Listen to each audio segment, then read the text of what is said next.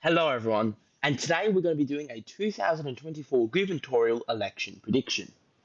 While most of the focus so far in this cycle has been on the presidential election and the Senate elections, I think it's time that there is some focus on the gubernatorial election.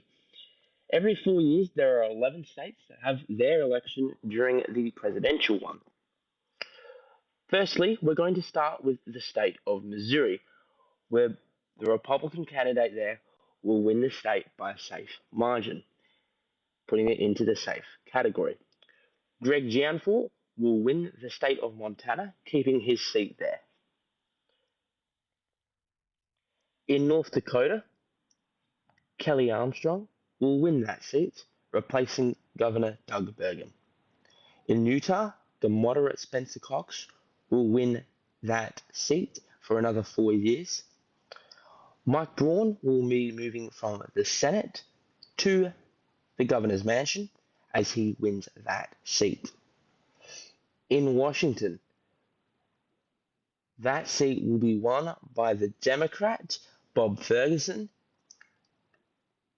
Washington hasn't had a very competitive governor's race since 2004, where it was decided by less than 500 votes. In West Virginia, the Republicans will win that seat. In Delaware, the Democrat will win that seat, continuing a long Democratic reign there. Now we move to the more competitive elections, or what we thought were competitive.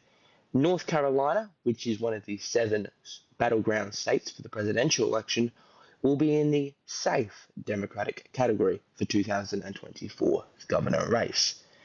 Despite the fact that it was only decided by a 4.5% margin in 2020, this time around it'll be decided by a huge margin, possibly of 15 and over. Currently, the aggregate has it above at about 15.6%. The reason for this is obvious. Mark Robinson has ran a horrible campaign, and the scandals about him which have come out are pretty damning. We look into the state of Vermont, which Kamala Harris is expected to win by 60%. Phil Scott, the Republican, will win that seat, and he will get a 5th term as governor. New Hampshire is the only competitive race of this cycle in the governor's election.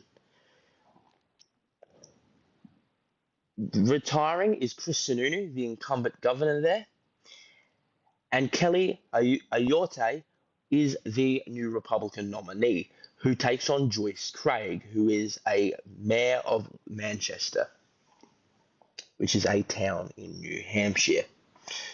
Ayotte fought off in the primary, some tough competition, but won by a very solid 30%. The Democratic primary was much closer. Every single organisation has this race as a toss-up. Ayotte has raised 3 times the amount that Joyce Craig has. This is a landslide in spending, which can only be explained by Republican motivation to keep that seat red.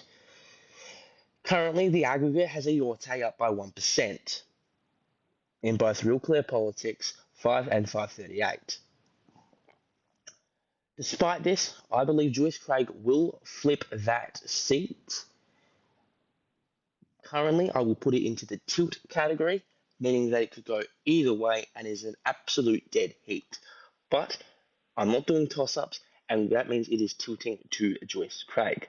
The reason for this is that Kamala Harris is going to win New Hampshire by 9 or 10%. This is a very significant margin to overcome for anyone.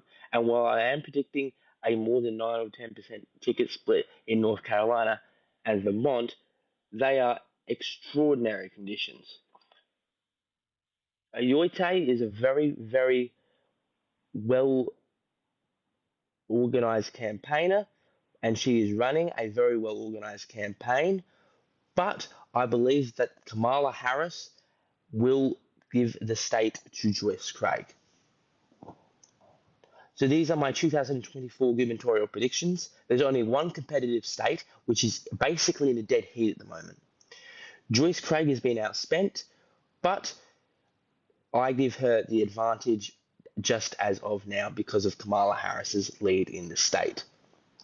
Thank you for watching. Make sure to like and subscribe. For the next 18 days, we will be providing you with the best, most recent updates of the 2024 election. Thank you and see you in the next one.